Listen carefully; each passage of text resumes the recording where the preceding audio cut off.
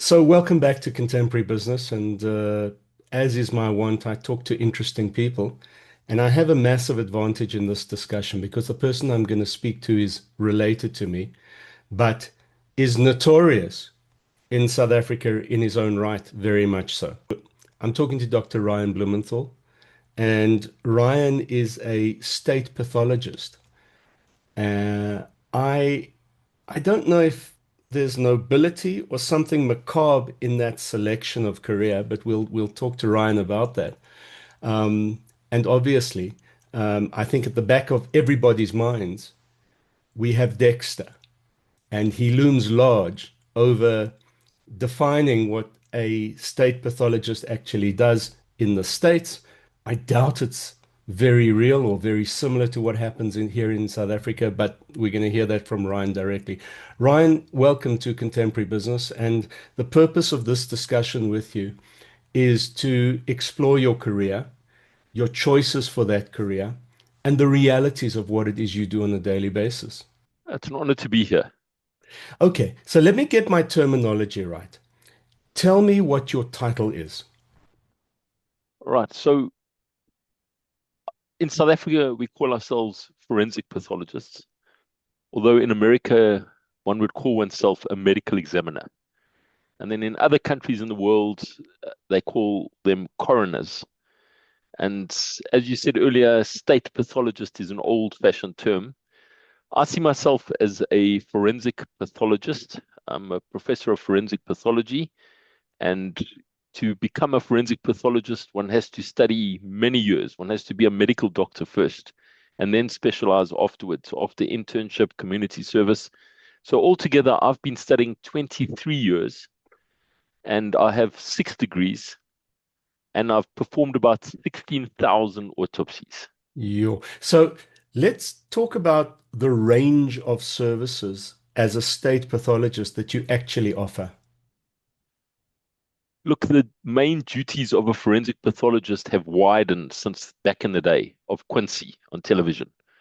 So no longer are we an autopsy service. We now are seen as public health pathologists. So many of the main public health campaigns that you've seen, for example, the anti-smoking campaign, the HIV/AIDS awareness campaigns, the COVID stuff, the vaccination stuff, the when thunder roars go indoors, the back to sleep campaign, all of these started at the autopsy table. So, for the classic example is, say I do an autopsy on a 23-year-old woman. There's statutory duties, so I need to find out what happened. And I see that she had a dissecting aneurysm of the aorta. Now, if I just stop there, then I've served my duty. However, a real forensic pathologist goes deeper. Why did she have a dissecting aneurysm? And then you find out she's got CMD, which is cystic medial degeneration. Now you find something about her connective tissue and genetic makeup, which can save the rest of her family. So we go a step deeper academically to find out the root cause of what's happened. So, we've got these statutory duties. However, we also have a duty towards our communities, the nation, and humankind. Are there people in private practice who do what you do in the public sector? Yes, there are about a handful of forensic pathologists in South Africa that work privately. So these pathologists do what's known as family requested autopsies. Sometimes they're approached by insurance companies. Um, and yeah, this service does exist. And it is a large service in the Americas, for example, where families can request a private autopsy. And is that a natural clash in terms of how the state pathologist can be questioned by a private pathologist if the family have a problem with the ruling? This is where good communication and teamwork comes to play. So it's always best to declare the playing field before one begins. So, for example, if a body goes to the government sector and the family requests a private forensic pathologist, that private forensic pathologist may as, sit as an external assessor in that case, and also attend the autopsy at the same time, take their own samples, and it goes into good communication because at the end of the day, we just want to find out the truth. We're not here to win a side. We just want to find out what happened. So many times I've performed autopsies, and then the families enlisted a private forensic pathologist who assists and stands by while I'm doing the autopsy in state. So what's interesting is that you spoke about yourself as a professor over and above being a doctor, which implies that you teach pathology as much as practice pathology. Is it not sometimes conflicting when you come up against someone you may have trained? Yes, look, I wear many hats. So I've got an academic hat, I've got a service delivery hat. My soldiers are all over the world. So we've trained forensic pathologists that are now heads of department in Australia, Canada, America. I've been in this game for 26 years, which is a quarter of a century. Hmm. And many of my soldiers are now generals, actually. And how do you feel when you come up against one of those soldiers who is possibly challenging or at least working with you because the family isn't automatically going to accept what you say is the cause of death? Well, that is the greatest compliment anyone can ever have because a true leader makes other leaders.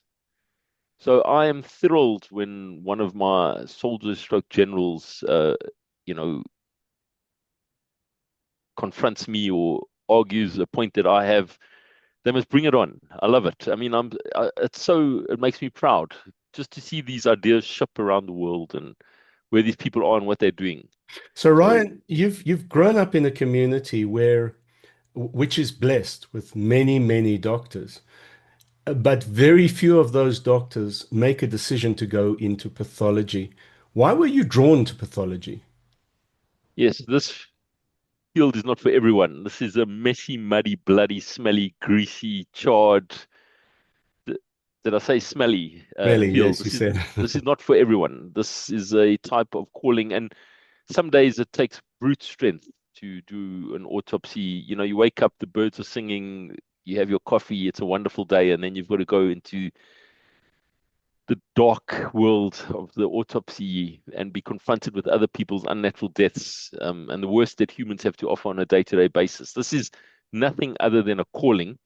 Now, I've got a couple of things to say about this. Number one is, firstly, this attracts a certain type of person. This is not for everyone. So, um, if someone deploys a political person to this field, they don't do well in this field. This field really selects for those that really want to do this field. They just won't last. You can put in a political person in this post, they just fall out, they drop out. This is not for everyone. So we don't want the right people in this job. We want the best people in this job, and it takes absolute discipline. And I always use the metaphor of a ship's captain.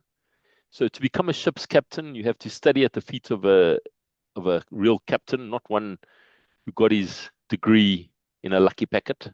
You need a proper ship's captain that's studied at a proper ship, university, one that has sailed the seven seas, rough seas. You need a good ship, not a ship that's just been put together with cable ties and masking tape. You need to know where you're sailing. You cannot just sail around the harbor and call yourself a ship's captain. You need a good team or crew. Otherwise, you're going to have mutiny and they're going to sink your ship. And you also need a lighthouse to know where the dangerous reefs are. So it's just like any other ship's captain. What makes a ship captain a ship's captain? Some people are happy to serve in the engine room or work on the deck. You will be where you're supposed to be in life if like clouds, they'll end up at a natural height. So talk about that team. So as a pathologist who is in charge of a activity, who are you supported by? In other words, which professions and which sub-professions are there in your team to bring this whole thing to a head? Right, so one definitely needs a team. One does not do autopsies after 6 p.m. at night in the dark in a mortuary alone. I mean, that's just creepy. So you definitely need a team. And we always work in teams because doing an autopsy is labor intensive. I mean, as I say, first you need your ship. You can't just do an autopsy under a tree. So you need a good functioning mortuary with good lights, good drainage, running water. electricity that works for the oscillating head saw. Others you bound to use a manual bandsaw. You need strong people. If you get a body that weighs 180 kilograms, to undress that body is labor intensive. To eviscerate that body and take the organs out is labor intensive. You need people that can help reconstruct a body that's, for example, been mutilated in a car accident or something. You also need photographers. You need eviscerators. You need prosectors. You need What is it? photography staff. What is an eviscerator? So look, you know, as I said, one can burn out in this field. So it's just like a normal doctor in a theater, like a surgeon. You've got your theater sister. We've got our full team. So we need someone strong to help remove organs from the body. We need someone to help with dissection. We need someone to help scribe. We need photography. And the more we, you know, farm out all these different components of the autopsy, the less chance we'll have for burnout, because this is very labor intensive. Is pathology as a medical speciality supported by pathology in nursing? In other words, is there a nursing speciality for pathology?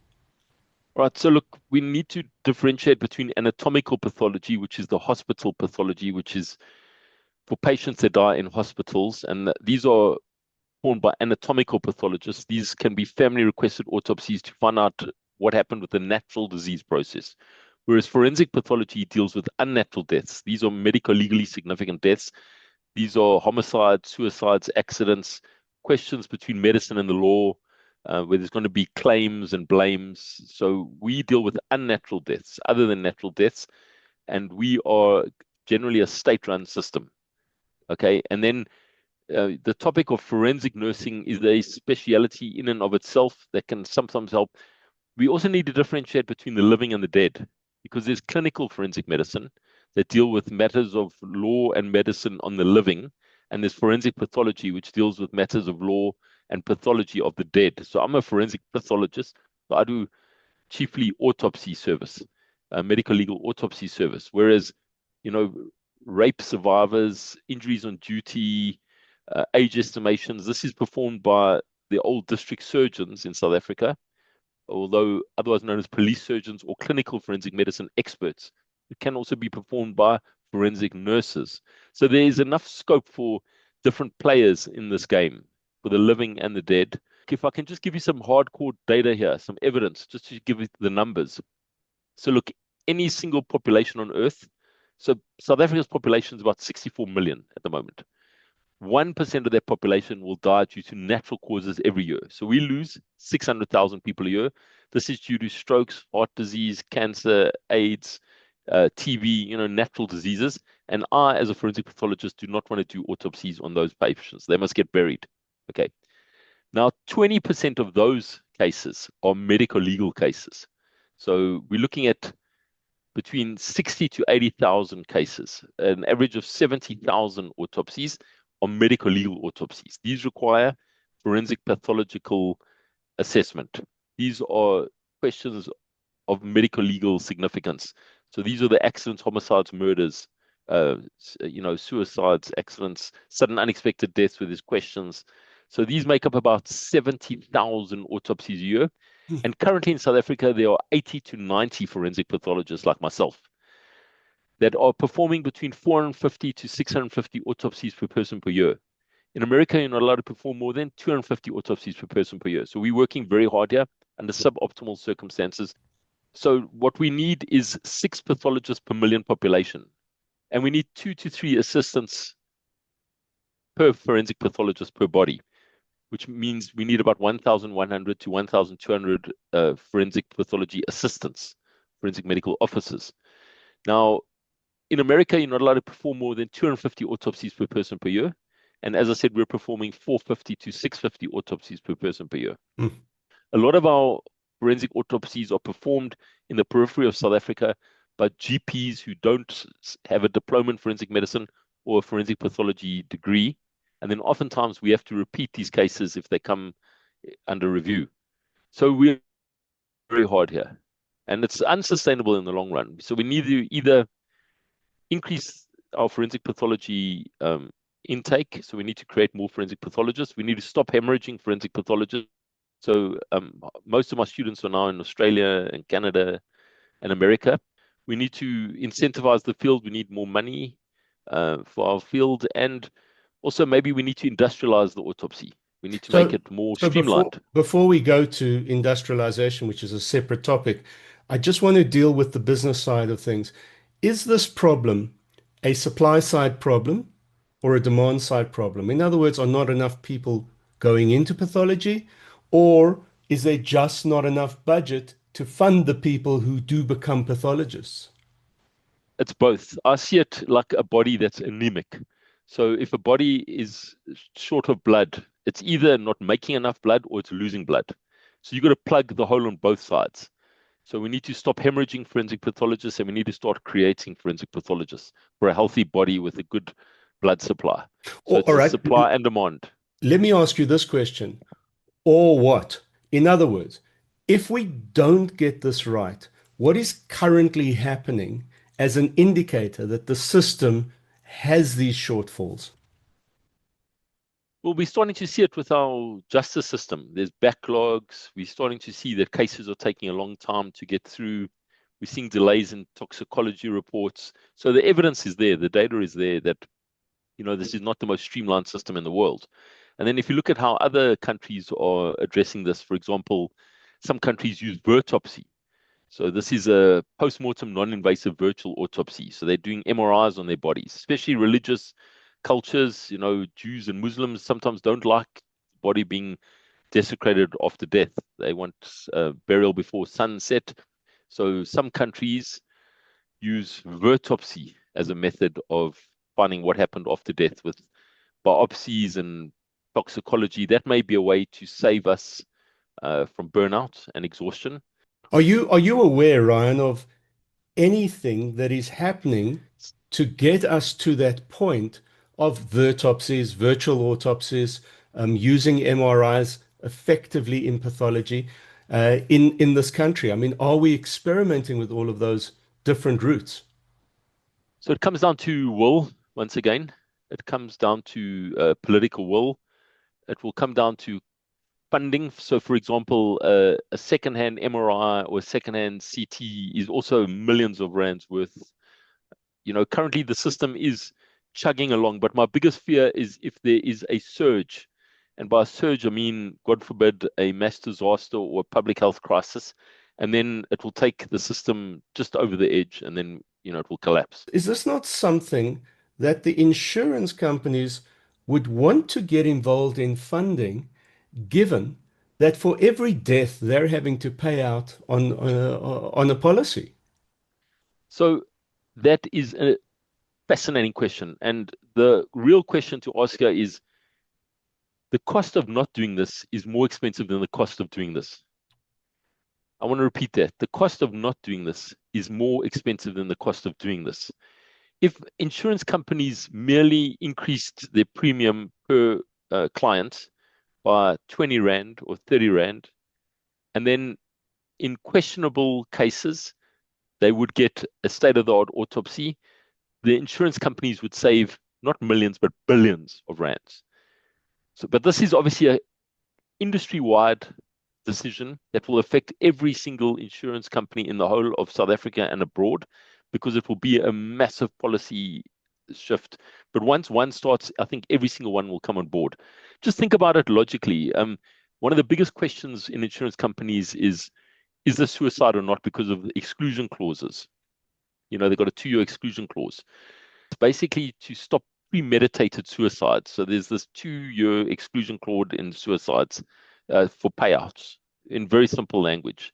So It's to stop pre-selection. right, so if It's a pre-selection thing. so it's obvious that you take a policy out with the intention of suicide, and that's why they're saying you have to wait for 2 years before there can be any claim on this policy. That's it. It stops pre-selection. So if someone gets it in their mind that they're going to commit suicide for payouts, there's a 2-year clause that stops this.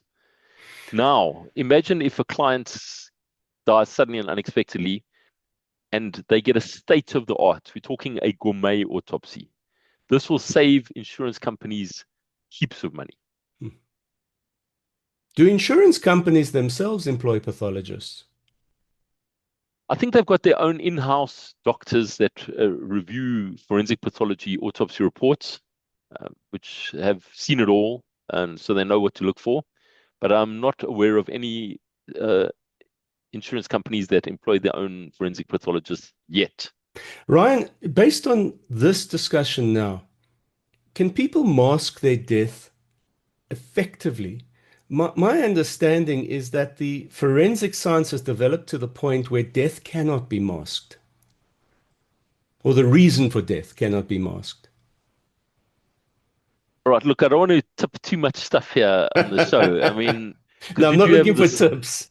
we do have secrets of the masters, and understand also that there are books out there in the real world that show people, for example, how to commit fatal self-harm.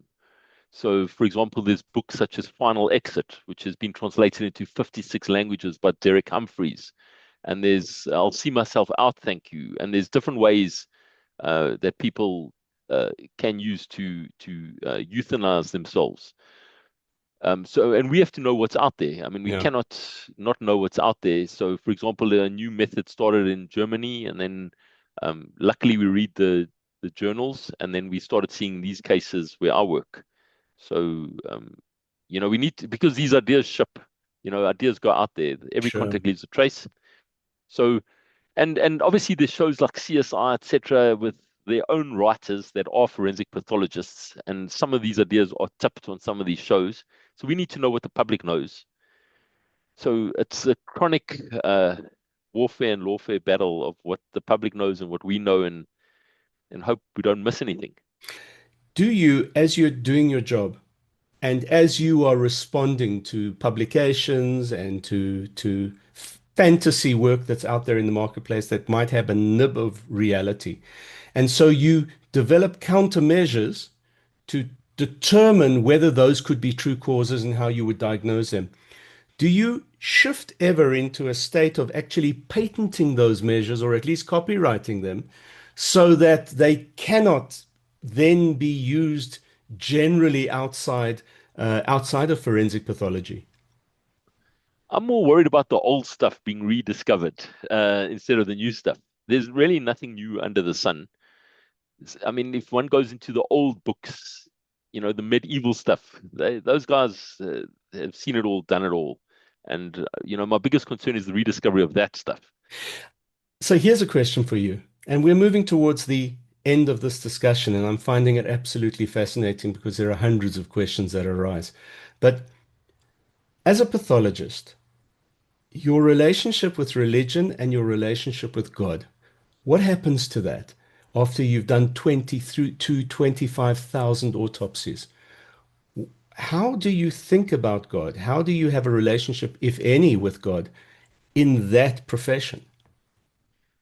Well, that is a fascinating question. It has caught me a bit off guard here. So I haven't really had a chance to think about this. Sure. And I think I'm currently on 16,000 autopsies, and relationships change, as you know, in life. I mean, relationships change. So, I mean, just getting back to the absolute basics of this question would be, you know, if you work in a cancer ward, do you think you would think everyone has cancer because all you're being exposed to is cancer? And where I work, I'm being exposed to the worst that mankind has to offer on a day-to-day basis. So if you ask me, are people generally good or generally bad? Without a skip of a heartbeat, I would say that I think humans are quite bad news, say. That's my outlook on life. I just see the worst that humans have to offer on a day-to-day basis. And yet, every day we have tea in our tea room at 9:30 and 3:30 with my colleagues where we counsel each other. And I think forensic pathologists are of the most optimistic people you can ever hope to meet. The reason being memento mori. I mean, we realize, I think, more than any other person, how fragile life is. We see sudden unexplained death on every single day. I've seen highly motivated people living their best life just suddenly get snuffed out. So I've seen a guy buying flowers for his girlfriend getting killed in a pedestrian vehicle accident. I've seen a guy who bought some new chinos for 999 Rand also just get taken out by a car, or a guy that got wiped out by a little solitary wasp who got stung on the top of his foot and got and died from a weird syndrome called Konus syndrome. So seeing all this unexplained death does make one philosophical. Um, whether it makes me religious or not, I do not know. I am just very aware of the fragility of life.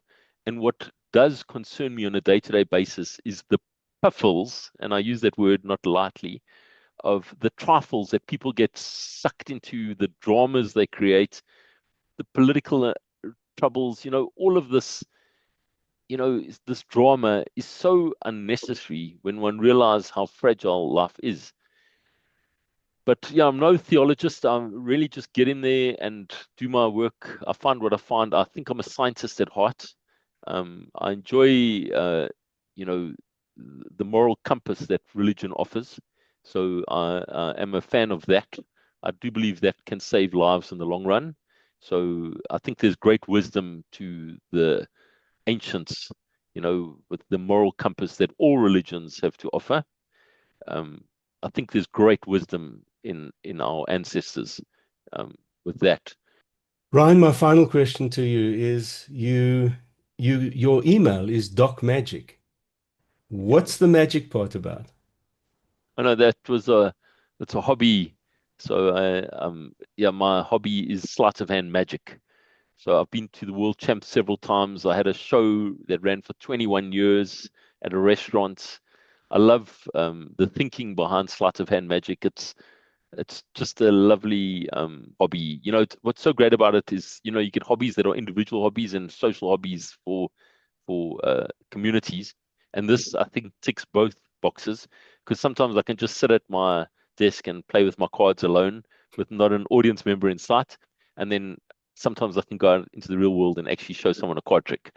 So I think it ticks both boxes. And it's a nice way of thinking also because to catch a criminal, you have to think like a criminal. And the sleight of hand magic is about fooling people. And if you know how people get fooled, hopefully you can not be fooled yourself. So there is a concurrency in thinking between sleight of hand magic and forensics.